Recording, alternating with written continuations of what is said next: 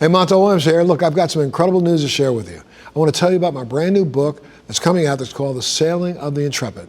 Now, this book is more than just an historical account. It's a tribute to the brave men who served aboard the USS Intrepid and a celebration of their extraordinary legacy. Writing this book was such an incredible story, and I'm really thrilled to be able to share it with you. So don't wait to grab your little piece of history. The book is available right now to order. You can go to montelmedia.com, and you can even get a limited autograph signed copy.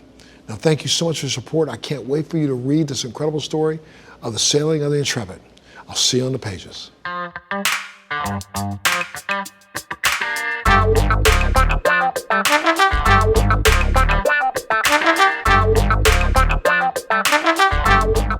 Well, hey guys, welcome back to Let's Be Blunt with Montel, a podcast where we dive deep into cannabis industry, its pioneers, and the stories that shape this ever-evolving space. I'm your host, Montel Williams, and today I'm thrilled to have with us Mr. Tom Ricks, who is a founder of Seedsman, a global cannabis seed company. Tom, thank you so much. Welcome to being a part of Let's Be Blunt with Montel, sir. Thank you so much. It's a real pleasure to be here and to meet you. Absolutely. Look, you built an incredible legacy with Seedsman. But before we dive deep into the company, I'd love to hear a little bit about your journey, your background. Let's start with your educational background. What did you study? How did you lead you into the cannabis industry? So high school, I'm based in the UK, so I was educated over here. Finished high school doing kind of geography. We do normally about 3 subjects in the UK. I was doing geography, Spanish, and politics. And then I transferred to a university in the north of England called Newcastle, where I was studying an agricultural business management degree, which later, through a choice of modules, changed into food marketing. At the time, I was a cannabis user, smoker. We were getting a lot of resin from Morocco at the time, and had a kind of passion for that. And then a real interest, really, actually, in cannabis and hemp that stemmed out of doing a bit more research into what I was using and what I was taking, having grown up slightly in that era of just say no and not just said no. It was important to me to know a little bit more what I was doing. And then as I got towards the end of my university career, my cousin, who was a few years older than me, had started growing hemp in the UK, and had built up a decent business selling health foods made from hemp. So I dug into that a little bit, and I ended up doing my final dissertation on his business and on hemp foods as an ingredient in the food industry. Okay, and that's where it kind of pulled you into this industry? That pulled me in. Yeah, I did. It was a 20,000 word piece of work with support from the university. It was really looking at hemp as an ingredient in the food industry and how it could be commercialized.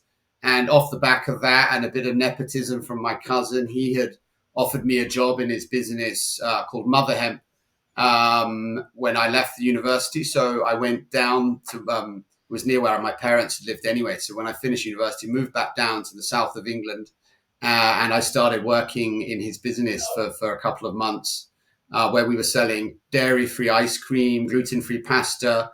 This was in the early 2000s, so it was quite early on in that kind of health food sector and those alternatives to dairy and gluten.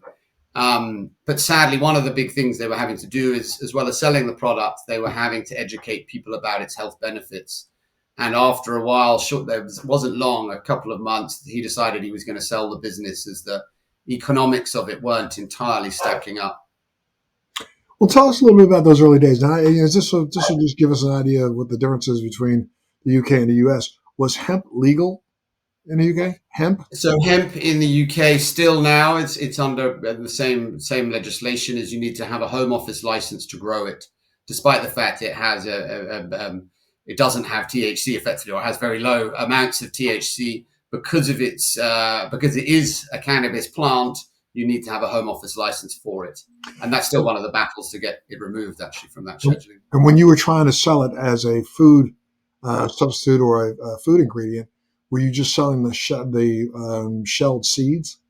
So we were selling shelled seeds, we were selling whole seeds, we were selling oils, and then we were selling products made from those. So there was one snack bar that they were commercializing with another company called the 9 Bar. And then they started developing other kind of pastas, ice cream, making a hemp milk from the seeds, and then making other products really from there. And was that considered legal? That was legal? That was considered legal, and people recognized the health benefits of hemp, and they realized that hemp had been used as a food source for many years, Thousands although of years. thousands of years exactly, although less so. But he was fascinated on a kind of sustainability level. Hemp takes little to no pesticides, very little supplemental water. It grows, it's called weed because it grows like weeds, and it's a very sustainable crop, and used in so many different applications beyond foods, actually. And were you able to import it or export it from the UK into the United States? Because I know back then. At that stage, I wasn't so involved with that, but they were importing seed, and then they were also got a home office license to grow it And themselves. I remember very distinctly in the United States in 2000s, early 2000s, you could get hemp protein mixtures out of Canada and out of the UK because I remember I was eating them all the time. Um, Absolutely. and it was I think there's been a real surge in those as used now. It was less so when we were doing it. Less people knew about hemp as a kind of food source or protein source. I think it's a lot more prevalent now, both in the UK and the US, from my understanding. no sense of buts. I mean, I literally could get a protein powder that was a chocolate based powder out of Canada, and I was mixing up smoothies every day, consuming a lot of hemp seeds. What was it like working with the legendary breeder, Mr. Sam the Skunkman? So it was. I mean, he is, I think, still probably the most knowledgeable man on cannabis that I ever knew. My cousin had met him because beyond developing THC and other cannabinoid varieties of cannabis, he was also working with hemp varieties and was a major knowledge in that area. And he developed a variety, I think, with a Norwegian or Swedish scientist called Finola, that was the variety my cousin was growing. When they sold the business, my cousin suggested going into the cannabis seed market, as in marijuana seed market, and he still had connections with David, and so I met David over the course of that, and we started doing business together. And yeah, until this day, we were quite transactional in our relationship, but I always knew that he was the most knowledgeable person. He had, I think, what must have been one of the first licenses to grow, or probably the first license to grow THC varieties of cannabis in Europe, which I think he had from the late 1990s. And he really made an effort to work with academics to develop our knowledge around cannabis and cannabinoids and everything around it, really. He was a superb knowledge. And I'm not sure if he had an academic background, but he could certainly interact with academics. And that was hugely impressive to me. Sure. And you developed something like autoflowering genetics. Talk a little bit about that. So we picked up a load of varieties from David Watson, Sam the Skunkman in the early days, and then we're selling those for a few years. A lot of people had similar products, and also other people buying from Sam as well. And then in around 2005, in a small English cannabis newspaper, I started reading a very small article about a variety called Lowrider. That was the first I'd read about autoflowering cannabis, whereas most cannabis plants will grow and flower according to how much sunlight they've got. So they'll grow out through a season. So planting in March or April or May, depending where you are, and flowering in September, October, November. These plants would grow and flower according to how old they were. So you could get a harvest within 2 months.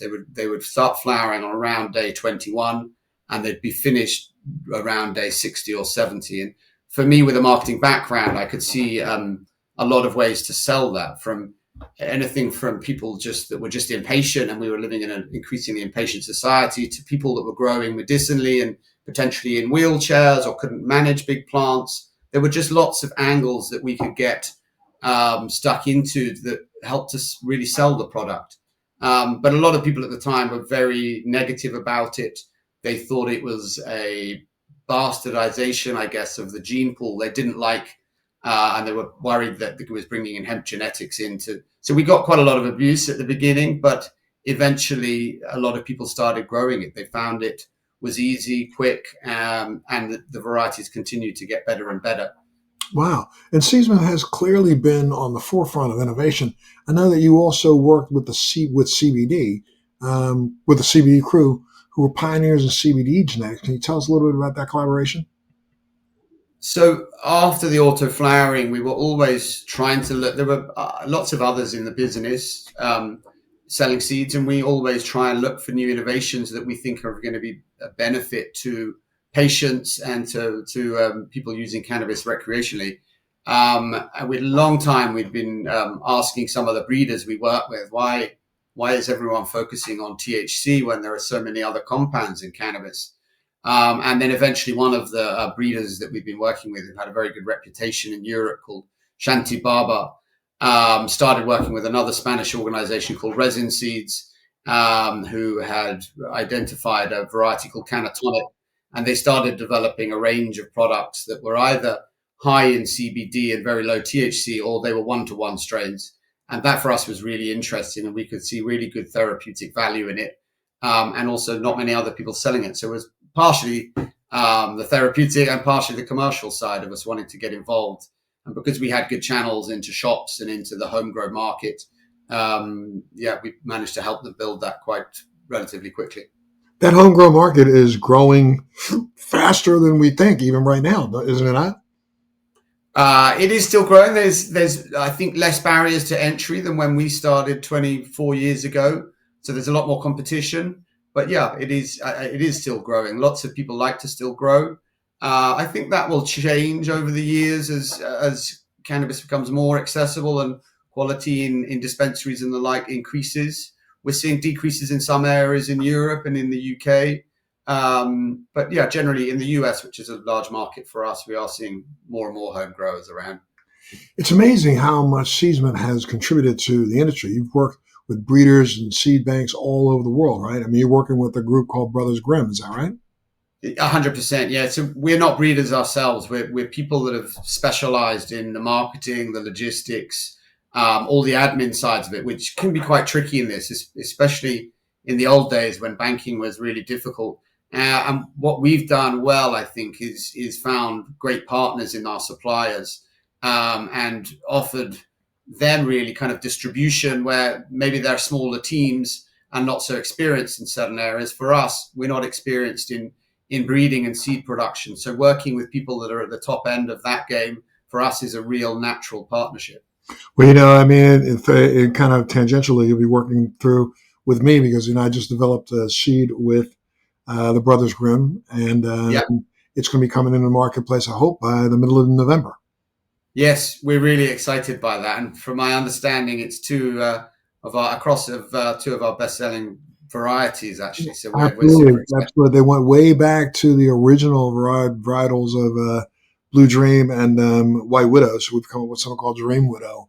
And I think really from a medicinal standpoint, for those who are looking for, a plant that's easy to grow and something that's going to give them the medicinal bang that they're looking for, I think this will be the plant that'll do so because, we're already looking at it as it's about, they're about the week 6 mark, 7 mark right now in the growth cycle. And it's starting to already show some very, very interesting terpene profiles.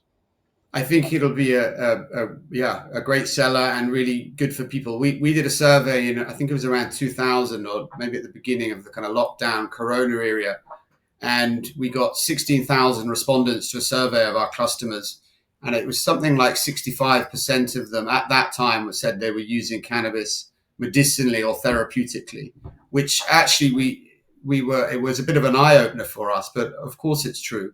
Everyone using it, whether it's smoking a joint in the evening to relax or taking it for more serious pains or illnesses.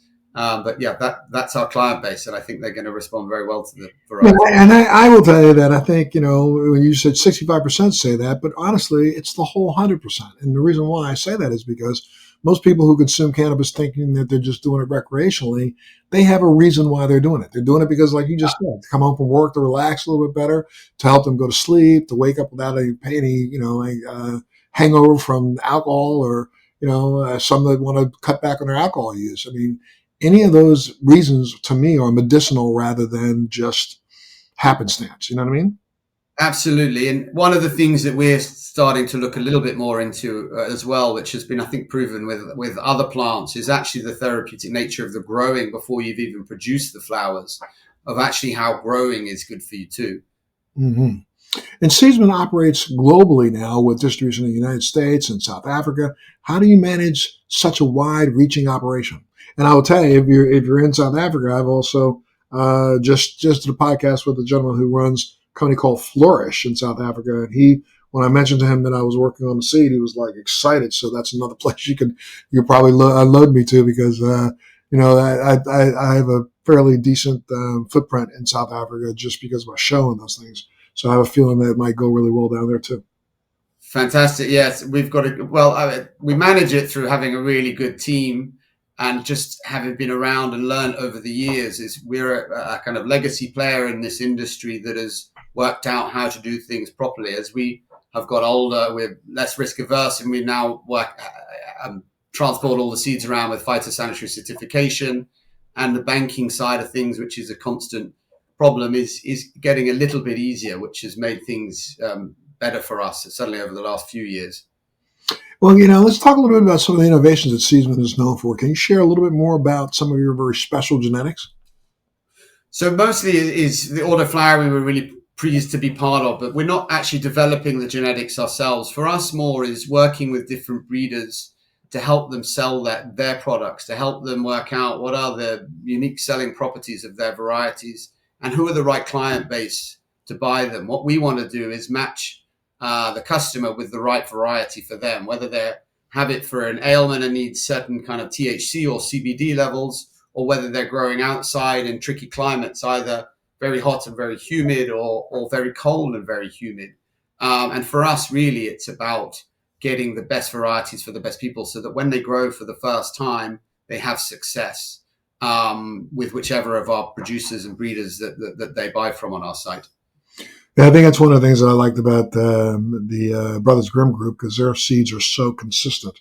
If you get one, you plant one, you know what you're going to get on the other side of every single one of the seeds that comes out. Absolutely. I mean, we're super excited to be working with them. We've been working with them closely, I think, for the last year and a bit, but we have sold their products over the kind of 20 years we've been around. But yeah, super excited to be working with them. They really know what they're doing, and that's not what we can say about everyone in the industry. But so for us, it's having those great suppliers and then matching them to the clients in our databases. You had to have faced some really tough challenges in the beginning, and now with this ever shifting landscape, some countries allowing for more banking, some countries not. The U.S. going in and out, going in and out, in and out. I mean, what are some of the biggest challenges that you faced in the early days of Seedsman, and how did you overcome them? So, there are still lots of problems that can crop up, sometimes unexpectedly. The banking, I think I've heard other people talk about on your podcast, has always been a difficult one. We are very much an e-commerce business, so we're selling products online, and accepting payments through credit cards and the like has been tricky over the years. We've had people steal from us a lot, but we've navigated it. We're a solutions-focused company, so when we've had a problem, we have had to think quickly about how we can get over it, and we've been very lucky with that. Now we have a kind of legal business. Our seeds are hemp seeds. They're all tested below 0.3, but that can also bring up challenges. We had parcels recently that we've been importing completely legally into the US. Recently, we had a number of them destroyed the other day for no particular reason. And yeah, you just have to deal with it, lump it, learn from it, and move on. Yeah, I find it very hard to understand how, well, first off, they test the seeds, they're not going to find any cannabinoids in them at all anyway. So they wait to the seed to be grown to determine whether or not it stays under 0.3 or what? 0.3? I mean, technically the seeds are legal as they are under 0.3, but certainly, we had problems with US customs, and they have the upper hand. You don't argue with those people too much. We were suggested by one lawyer we could follow it up with legal action, but they have sovereign immunity, which didn't sound like it was going to get us very far, apart from spend a lot of money. Right. And now, you've seen this industry evolve over the last 20 years, and it's going to probably be evolving more over the next 20. What do you think that evolution is going to look like? I think some parts of it are potentially quite scary, but some some parts are quite exciting, I guess, is there are parts of the industry that need clearing up. I think letting people have IP on names so that you know what you're buying when you get a certain name. But with that, I think there come potentially problems of sorting out historically what's gone on. But I think if we get a structure that allows us to keep raising the standards, then I think it can be a very good thing. But at the same time, I know that in other industries, we have funded various legalization organizations in the UK over the years, and certainly what we have at the moment isn't entirely how I'd like to see it. And what does it look like in the UK right now? Just So a few years ago, an efficient group of political activists. So before it had been kind of hippie activists who'd been fighting for legalization, we suddenly found some political activists getting involved, and they took a mother and her son off to Canada. He needed, I think it was CBD medication, potentially with a little bit of THC in, and they took him to Canada, bought medicine over there that was, I think, what he'd been using illegally in the UK, and they brought him back very publicly into a British airport, and his medicine was taken off him, and they got lots of photos of it in the press, and very quickly, medical cannabis started being allowed, herbal medical cannabis. The problem that we see now is that actually there are very, very few children still who are allowed to use any form of cannabis medication or be prescribed it. So generally what we find is that you have previous cannabis users, and not to say this is an entirely bad thing, but it's just not seen the whole benefits of what may be possible in the future. It's just not serving everyone who would benefit from medical cannabis products, whether in flower form or in extracts or whatever it might be. Do you see that changing in the near future? I mean, what's the movement look like in the UK? There are some decent companies now. I think it will slowly change, but with kind of geopolitics of the moment, it's certainly not at the forefront, as far as I know, of any agenda. But it is slow. I follow one lady in particular whose son, I think, was instrumental in that kind of first change, and I know she's still hugely frustrated by what's still going on at the moment. And I know that Seedsman doesn't grow or develop seeds yourself or the genetics. However, you pursue genetics through other growers, other people Yeah. who, right? So, I mean, why is it so? And you try to get those other providers or the ones who are providing it to you, you try to get them to preserve their genetics as much as they can. Why do you So, think it's so important? so the idea really is that cannabis is still so under researched. Actually, there is a huge amount of research, but there's still a huge amount of more research to do. And we think if you don't have the genetic diversity, then you won't potentially be able to do such a widespread research in the future. There's very little we know about a lot of the minor cannabinoids, for example, and we want to have genetics around that might be able to produce them so that we have this wide gene pool that can allow for better future research.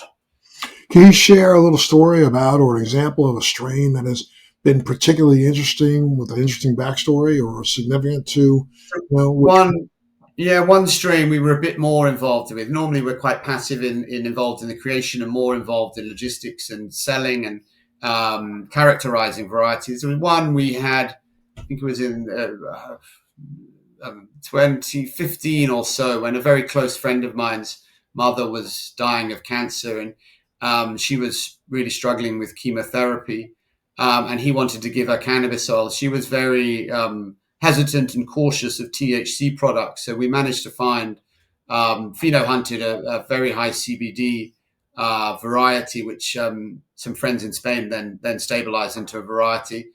She was taking oil from it. She did succumb to cancer in the end, but she had a good few months of taking this oil and actually getting out and about in our garden. And I think that last few months were a bit easier than they could have been by using that oil. My friend then started a seed business at the time called Medical Marijuana Genetics that then was selling that variety a bit wider with some friends and business partners of his that we were helping. That business is no longer, but he now provides medicine from that variety to patients in the UK and elsewhere. And what do you think the role cannabis could play in addressing many more things like sustainability, food security, even climate change. Let's talk a little bit about that because people don't understand that the hemp plant or the cannabis plant sequesters more CO2 than almost any other plant on the planet, right? Absolutely. So we try and get involved where we can with that. We're working with a friend at the moment, helping with his, and this is a hemp T-shirt, actually, a hemp and cotton T-shirt. It's amazing for so many different things, and the inputs into growing it are incomparable to growing something like cotton. But yeah, you've got so many benefits. I think there's a real resurgence now. There are a lot of the big car companies in Europe are starting to or restarting to use hemp again for some of the cushioning and other parts of cars. You've got hemp builders that are getting a big resurgence. The carbon sequestration also. There is a bit of a resurgence coming. We've tried to work with legislators in the UK to remove hemp from needing a home office license. No, there's no other crop, no other commercial crop like that needs a home office license in the UK. It's not a drug. It's just because it looks like a drug that they don't want to allow it outside any licensed businesses. Wow. And you've worked with some of the most influential breeders in the industry. What qualities do you look for when you're deciding to collaborate with, let's say a new group or a new breeder or a new seedbank? Quality and openness. We're looking for people who know what they're doing, who have a good backstory that is, ideally based in science or in experience. And then, products that are unique where they can be, or just have qualities that are above anything else. But there are more and more producers around these days. So it's now getting to the level of how do you keep doing that? And occasionally we have some that are more commercial, have their own brands, and we take them on because we have confidence in them and their processes. There's a difference between we have a few seed banks and then we have breeders, some that have identifiably producing their own seeds, and others who are more curating wider collections of genetics. And how do you ensure Seedsman's products remain accessible and high quality across such a wide range of markets? I mean, you send teams in to help, growers in certain areas. We have test growers in areas. We have our own in-house brand that seeds come from various different breeders that we work with. We take reviews from all of our customers, so we're actively asking people who are buying products to give us reviews, test growers, and then also working with our suppliers to make sure that their SOPs, their processes, and the way they produce and sell things are up to scratch, and regularly doing germination testing as well. Well, with the rise of home cultivation, how does Seedsman support the hobbyist growers, and how many of them, may create something new?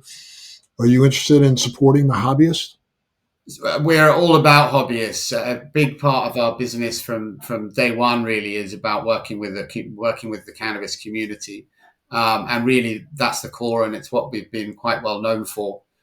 So anything from working with our clients to working with our suppliers to nurture that kind of compassion and to make sure that people are doing well and enjoying using and growing the plant. Well, as you look forward to the future, and I am excited about working with you guys. And so if there's something you need me to do, some videos or something, that can back up and support the reason why those two cultivars were picked, let me know, and I'll try to shoot you something.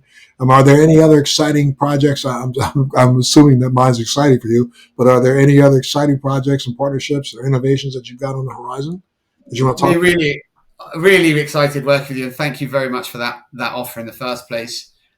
We're increasingly trying to put up more and better content, especially on our suppliers and their varieties, to differentiate ourselves from our competitors and also to educate people that are on our site. We have good numbers coming to our site, but it's important to give them good quality information at the same time. Further to that, we're looking at getting into a few accessory products. We are a sustainability focused business, so we're looking at kind of grow bags and trimming scissors and things like that, but trying to build products that are high quality and that are last or durable or easily recyclable. So that's the next step for us, brand with our own products. Oh, there you go. Well, it's pretty clear that Seedsman is all about pushing the boundaries of what's possible when it comes to cannabis cultivation. Before we wrap up, can you give me a little idea? Maybe I'd love to hear from you what life outside of your work is for you. I mean, what keeps you grounded? So I live in the countryside. I've always been a country boy. I'm in the UK, so I'm not growing large amounts of cannabis seeds at the moment because we have this business that we've always wanted to protect. I have to be pretty squeaky clean here, so I grow a lot of vegetables and have a few a small holding with a few animals, pigs and horses, a dog or two, and then a very large vegetable patch. We're horticulturists. We love growing stuff at our company. Oh, that's great. And that's what keeps you grounded, right? Absolutely, I love it. Well, Tom, I got to tell you something, my friend. It's been an absolute pleasure having a chance to talk to you. Seedsman is a story that is truly inspiring, and I can't wait to see what's next for you guys and your team. I can't wait until you get some of the seeds and have some of your people on your list grow it out and come back with feedback, because I'd love to hear from them and what they have to say. But I think this is going to be a varietal that people are going to really enjoy, because again, here in the United States, a lot of our growers here, just go crazy over trying to push for the highest THC levels that they can get, not understanding, the viability and the value proposition when it comes to a little lower THC and a little bit higher in the other minor cannabinoids. So that's what I think is going to bear fruit when it comes to, this white widow. I think, I'm sorry, dream widow. I think it's really going to make a difference because, the THC levels are probably not going to be that high. I'm thinking it's going to be somewhere between 22 and 24. I think that's what it may end up at. It may be a little less, maybe about 20 to 23, something like that. But you're going to find that the terpene profile is going to be through the roof. I think that's increasingly what people are looking for. There is definitely the element where high THC will sell, but actually, when you've got a community environment where people are talking, swapping notes and the like, which is a bit more interesting, I think varieties like this, where they have really strong characteristics, will sell very well and really help people.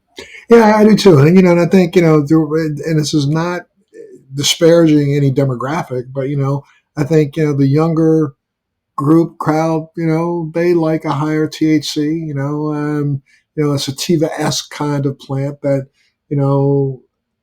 provides for them what they want to get out of it. But, when you look at the largest demographic of cannabis users now in the world are really, the baby boomers, 55 and older. And, we don't want to be couch locked. We don't want to be,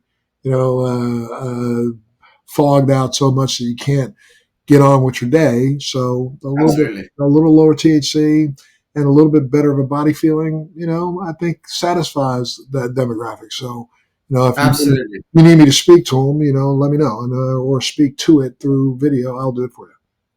We'd love that. Absolutely. So, Tom, where is the whole cannabis movement at in the UK now? I mean, are you able to consume, or do you have to consume in your private home, private place? Are there consumption lounges? Do you have dispensaries? Well, what's going on? Paint the picture.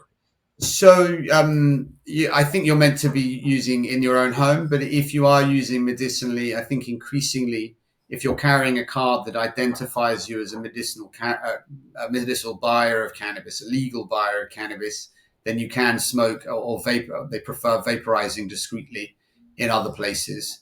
But at the moment, there are no legal cannabis lounges that I'm aware of. That there are some illegal ones that have been around for some time and provide a great service, but they're not doing it legally yet. Are you allowed to get edibles? Can you process things into whatever you want? You can buy flowers and extracts. No edibles yet on the medical market, as far as I'm aware. It's not my top area of experience. Is that we're more focused on growers, which in the UK no one's allowed to grow apart from a few licensed companies, a couple of which have been clients of ours. We can sell seeds. There's an irony that in England you can own, buy, and sell the seeds, but they are not legal to be grown. So every packet says, "Do not grow these" on them. That's you can buy them, but you can't grow them. You can buy them, but you can't grow them. They're legally to be traded because they're hemp seeds, which and indistinguishable from industrial hemp varieties.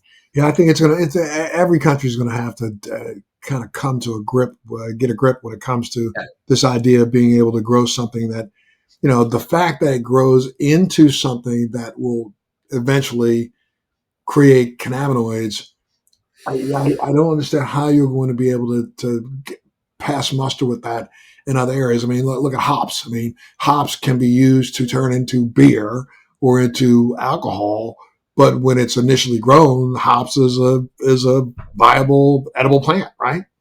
Yeah, I mean it's crazy. I think now that you've got the recognition in the UK that cannabis does have medicinal value, which that recognition hasn't always been there.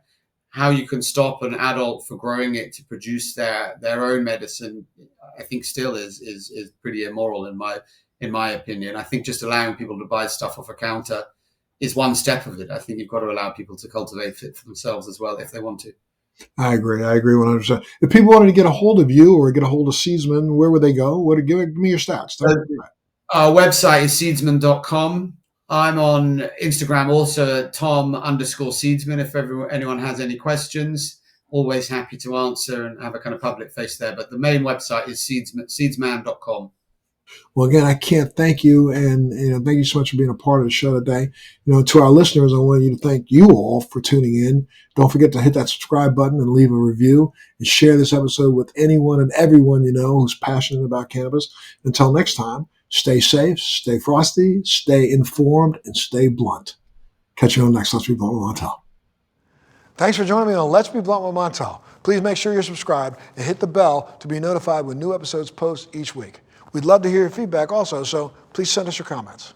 Military Makeover is so grateful for the support of Purple Heart Homes, a nonprofit organization that rebuilds and transforms the homes for our veterans. Our heroes come home with sacrifices most of us can't imagine. As a veteran myself, I've been there and founded Purple Heart Homes to help. When I tell the story of Purple Heart Homes, it's the freedom to not have to depend on somebody else to do the simple everyday things in life. Visit phhusa.org/makeover to learn how you can help.